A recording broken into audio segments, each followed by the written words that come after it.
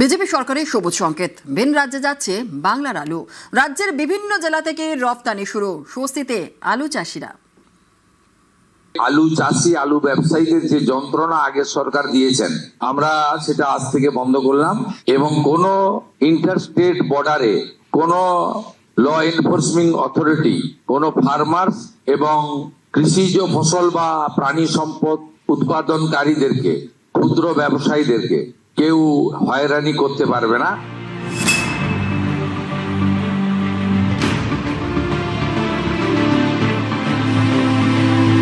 রাজ্যে আলু রপ্তানি তার বাধা নয়, আর পুলিশি হয়রানি নয়।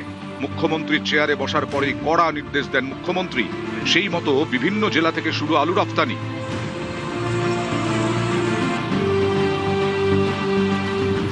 ভোটের আগে বিজেপির প্রচারের অন্যতম হাতিয়ার ছিল আলু চাষিদের দুরবস্থা। বিজেপির সংকল্পপত্রেও আলু চাষিদের পাশে থাকার বার্তা ছিল। প্রধানমন্ত্রীও ভোট প্রচারে এসে তৃণমূলকে তুলোধনা করেছিলেন আলু চাষিদের দুর্দশা নিয়ে। ক্ষমতায় আসার পরেই সেই আলু চাষিদের সুদিন ফেরাতে উদ্যোগী হয় বিজেপি সরকার। আলু চাষিদের জন্য খুলে দেওয়া হয় সীমানা, তুলে নেওয়া হয় ভিন রাজ্যে আলু রপ্তানির ওপর নিষেধাজ্ঞা। ভিন রাজ্যে আলু যে যাওয়ার ব্যবস্থা করেছেন মুখ্যমন্ত্রী, ওনাকে পরজোরে আমরা ধন্যবাদ জানাই। কেননা বিগত কয়েক বছর ধরে আমরা আলু ফলন করে গেছি, কিন্তু কোনো দাম পাইনি, যার জন্য চাষি মহল প্রচুর কষ্টের মধ্যেই ছিল। সরকারের নির্দেশে চাষিদের কতটা লাভ হবে তা স্পষ্ট এই একটা ছোট্ট পরিসংখ্যানেই। ভিন রাজ্যে রফতানিতে বাধার আগে প্রতি কুইন্টাল আলুর দাম ছিল 2200 টাকা। ভিন রাজ্যে রফতানিতে বাধার পর প্রতি কুইন্টাল আলুর দাম হয় 1200 টাকা। চাহিদা কমে যাওয়ায় দামও কমে যায়। প্রতি কুইন্টালে ক্ষতির পরিমাণ দাঁড়ায় 1000 টাকা। তৃণমূলের আমলে রফতানি বন্ধ, বিজেপির আমলে চালু। বিনা বাধায় হুগলি থেকে বিভিন্ন রাজ্যে যাচ্ছে বাংলার আলু। আলু বাইরে যাচ্ছে মানে আলুর টান হবে। আলু যে আমাদের অতিরিক্ত আলুগুলো বাইরে গেলে আলু বিক্রি হবে, সেই তুলনায় দাম বাড়বে। এই নিয়ে তো আমাদের মুখ্যমন্ত্রীকে ধন্যবাদ দেওয়া দরকার। এই যে কটার অনেক দিন সিল ছিল, যার জন্য আমরা আলু বিক্রি করতে পারিনি, আমাদের আলু বিক্রি হয়নি। এইটার দিকে যদি আমরা কিছু উপকার পাই, এটা তো খুবই ভালো হবে। মুখ্যমন্ত্রীকে ধন্যবাদ জানাচ্ছি। এই যে বর্ডারটা খুলে দিয়েছে তার জন্য অসংখ্য ধন্যবাদ জানাচ্ছি। এতে আমরা খুব খুশি হয়েছি। আলুটা বাইরে গেলে পরে আমরা খুব একটুখানি উপকৃত পাবো। দামটা একটুখানি পাবো ওর মধ্যে, অন্তত বাইরে যাক।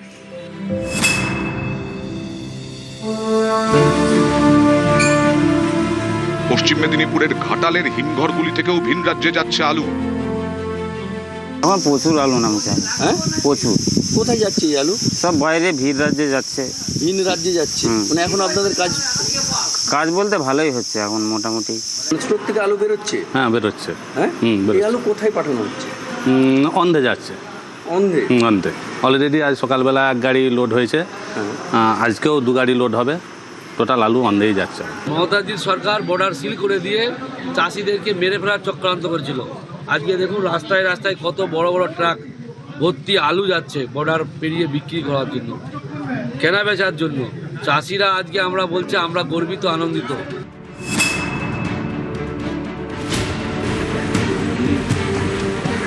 পূর্ব বর্ধমানের কালনা আলুর ফলন হয়েছে অনেক, কিন্তু বাধা থাকায় তা ভিন রাজ্যে পাঠাতে পারছিলেন না। বিজেপি সরকার বাধা তুলে দিয়েছে।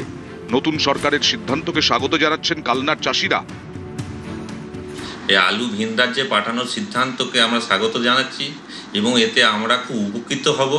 আলুর দাম পাবো এবং আমাদের চাষি, আমাদের ব্যবসায়িক মহলের হাতে দুটো পয়সা আসবে। খুবই ভালো সিদ্ধান্ত এবং আগামী দিনে এটা বজায় থাকবে আমরা আশা করছি। এবং অল টাইম বর্ডার খোলা থাকবে এবং আকাশ ক্রান্তিতে যাবে, এটা আমরা খুবই একটা ভালো পদক্ষেপ বলে আমি মনে করি। নিউজ 18 বাংলা।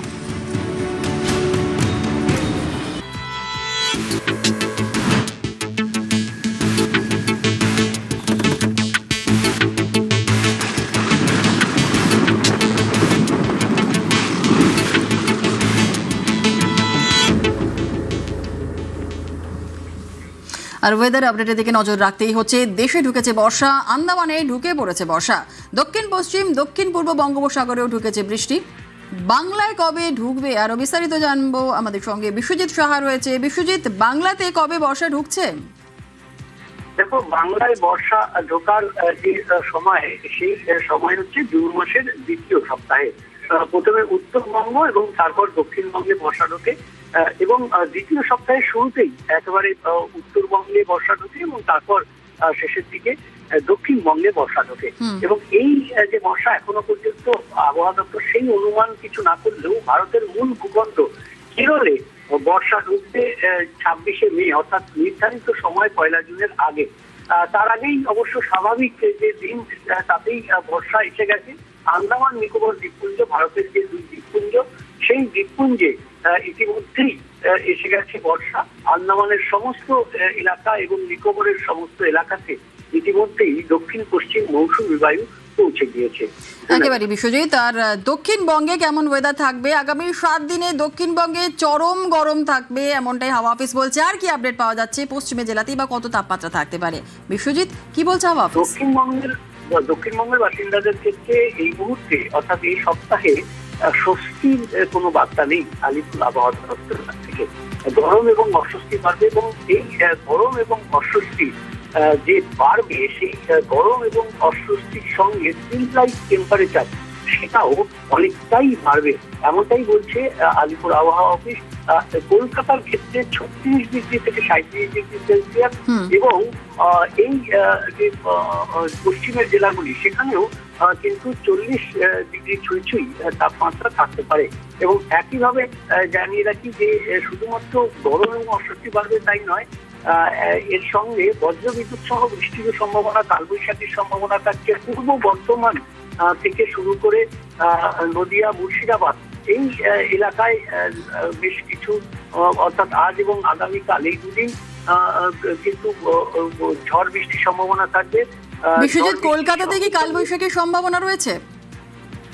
কলকাতাতে কালবৈশাখীর সম্ভাবনা এই মুহূর্তে না থাকলেও ঝড় বৃষ্টির একটা সম্ভাবনা রয়েছে এবং সেই ঝড় বৃষ্টি খুব সামান্য হলেও বিকেলের দিকে বজ্রবিদ্যুৎ সহ বিকেল বা রাতের দিকে আগামী কয়েকদিনের মধ্যে হতে পারে, তবে খুব সামান্য সম্ভাবনা।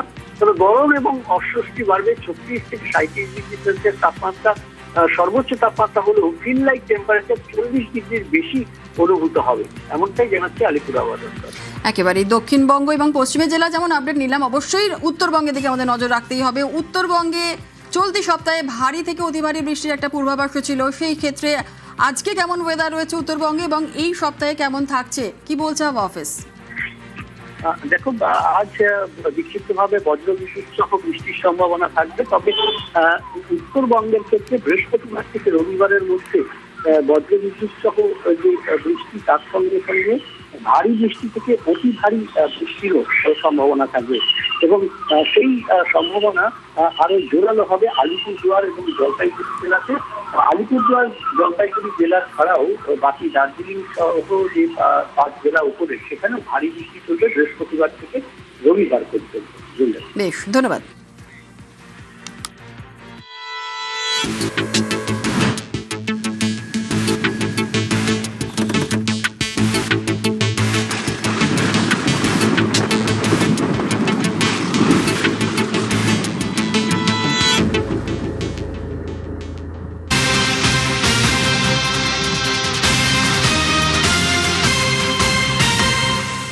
আর ভোটের পরেও বোমার ভয়, এবার আমডাঙ্গায় পাট ক্ষেত থেকে উদ্ধার হলো বোমা।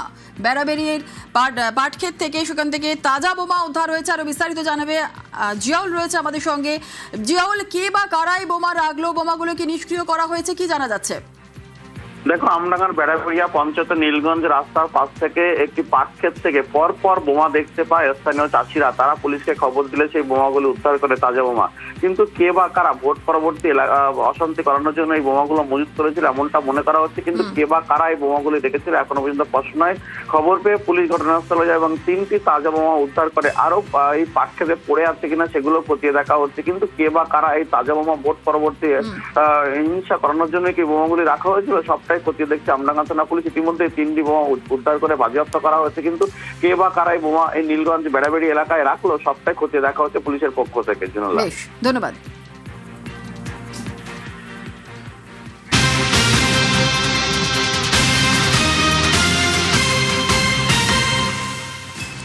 মধ্যপ্রাচ্যে যুদ্ধের আছে আগুন, জ্বালানির দাম দেশে ফের পেট্রোল ডিজেলের মূল্য বৃদ্ধি, শুক্রবারের পর ফের আজ বাড়লো জ্বালানির দাম। আরো বিস্তারিত জানাবে আমাদের সঙ্গে রয়েছেন বিশ্বজিৎ সাহা। বিশ্বজিৎ, দেশে ফের পেট্রোল ডিজেলের মূল্য বৃদ্ধি, কত টাকা বাড়লো?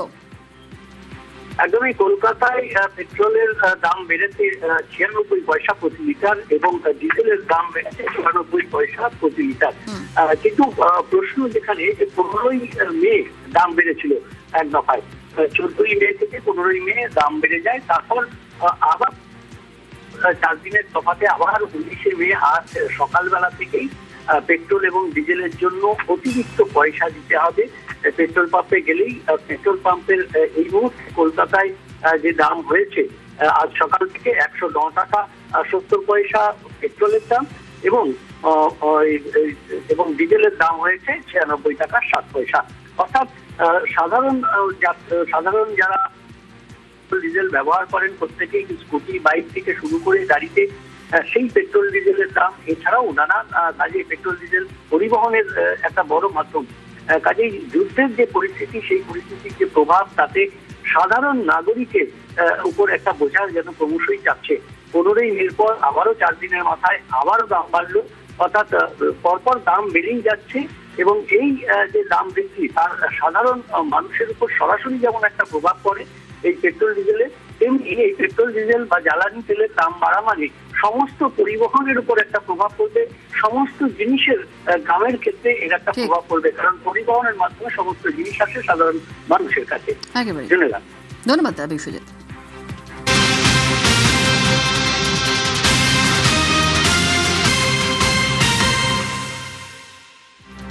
অশান্তিতে ধরপাকড়, 26শে পালা বদলের পরেই ফের খুলল ফাইল। 21শে ভোট পরবর্তী অশান্তিতে ধরপাকড়, 26শে পালা বদলের পরেই ফের খুলল ফাইল। রাতেই ঠাকুরপুকুর মহেশতলায় পুলিশি অভিযান। আরো বিস্তারিত জানাবে সমীর, আমাদের সঙ্গে রয়েছে সমীর। ঠাকুরপুকুর মহেশতলায় পুলিশি অভিযান, বিজেপি কর্মীদের মারধরের অভিযোগে পাকড়াও কতজনকে করা হয়েছে, কি জানা যাচ্ছে? দেখো, 2021 সালে বিধানসভা ভোটের পরে বিজেপির কর্মীদের উপরে অত্যাচার হয়েছিল, সেই অত্যাচার ভিত্তিতেই 3 জনকে অ্যারেস্ট করেছে ঠাকুরপুকুর মহেশতলা ব্লকেরই পঞ্চায়েতের সমিতির সহ সভাপতি বিপ্লব মন্ডল, পার্থ আশুতি বিজেপি 1 নম্বর প্রধান, আর 3 নম্বর হচ্ছে শ্রেয়া মন্ডল, সিকতার মন্ডল, প্রাক্তন টিএম ব্লকের সভাপতি। এই বিজেপি কর্মীদের উপরে মারধর ভিত্তিতে এবং মারধর অত্যাচারের ভিত্তিতে এই অভিযোগ করেছিল, সেই অভিযোগ ভিত্তিতে এই 3 জনকে অ্যারেস্ট করে নিয়ে এসছে কালীতলা আশিস থানার পুলিশ। এবং যেই সময় নিয়ে এসেছিল এবং যেই সময় থানার ভেতরে ঢোকাচ্ছিল, সেই সময় বহু বিজেপি কর্মীরা ওখানে বিক্ষোভ দেখায় এবং চোর চোর স্লোগান দিতে থাকে এবং এদেরকে যতক্ষণ না শাস্তি হবে ততক্ষণ এদের বিরুদ্ধে এরকম চোর চোর স্লোগান এবং বিক্ষোভ দেখাবে। আজ তাদেরকে আলিপুর আদালতে তোলা হবে বলে জানা গেছে। বেশ, ধন্যবাদ। অভাবী মেধাবী পড়ুয়াদের পাশে রাজ্য, এবার মেধার ভিত্তিতে স্কলারশিপ চালু। বন্ধ হওয়া বিবেকানন্দ মেরিট স্কলারশিপ চালু, ধর্ম বর্ণ নির্বিশেষে সাহায্য করবে সরকার। কৃতীদের সংবর্ধনার ঘোষণা মুখ্যমন্ত্রীর। আজকেই ক্যাবিনেট সিদ্ধান্ত নিয়েছে সমস্ত ধর্মীয় ভাতা বন্ধ করে বিবেকানন্দ মেরিট স্কলারশিপ যোজনা চালু করবে।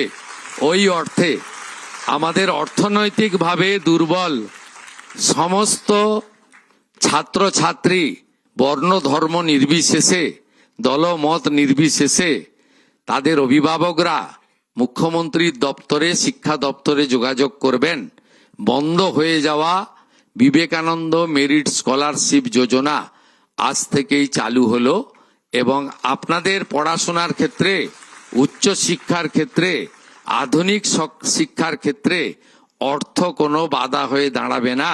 এটা রাজ্যের মুখ্যমন্ত্রী হিসেবে আপনাদের কাছে আমি ঘোষণা করে গেলাম। চিংড়িহাটায় জোর কদমে চলছে মেট্রোর কাজ, সময়ের আগেই কাজ শেষ। 3টে পিলারের ওপর বসানো হলো গার্ডার। মেট্রোর আশা বাকি কাজও তাড়াতাড়ি শেষ হবে।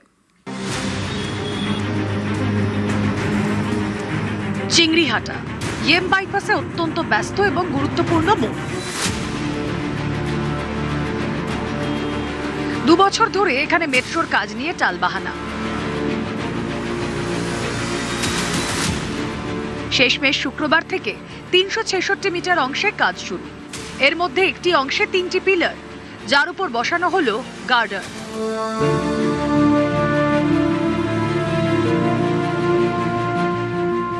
এর জন্য কলকাতা পুলিশের থেকে 80 ঘন্টা সময় চেয়েছিল মেট্রো। সেই মতো শুরু হয় যান নিয়ন্ত্রণ। সময়ের 20 ঘন্টা আগেই কাজ শেষ। 3টে পিলারের ওপর বসানো হয়েছে গার্ডার। 3 দিনেরও কম সময়ের মধ্যে অর্ধেকেরও বেশি কাজ মেট্রো এবং আরভিএনএল এর তরফ থেকে শেষ করে ফেলতে পারা গিয়েছে। মর্নিং 8 o'clock অবধি ব্লক ছিল, কিন্তু 2 hours বিফোর ব্লক ক্যান্সেল হয়ে গেল, লঞ্চিং অফ সেগমেন্টস কমপ্লিট হয়ে গেছে। এটা মেট্রোর অরেঞ্জ লাইন, নিউ গড়িয়া থেকে কলকাতা বিমানবন্দর। এখন মেট্রো চলে নিউ গড়িয়া থেকে বেলেঘাটা পর্যন্ত।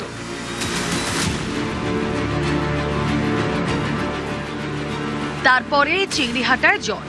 বেলেঘাটা এবং চিংড়িহাটায় গৌর কিশোর ঘোষ মেট্রো স্টেশনের মাঝে 366 মিটার অংশের কাজ অসম্পূর্ণ।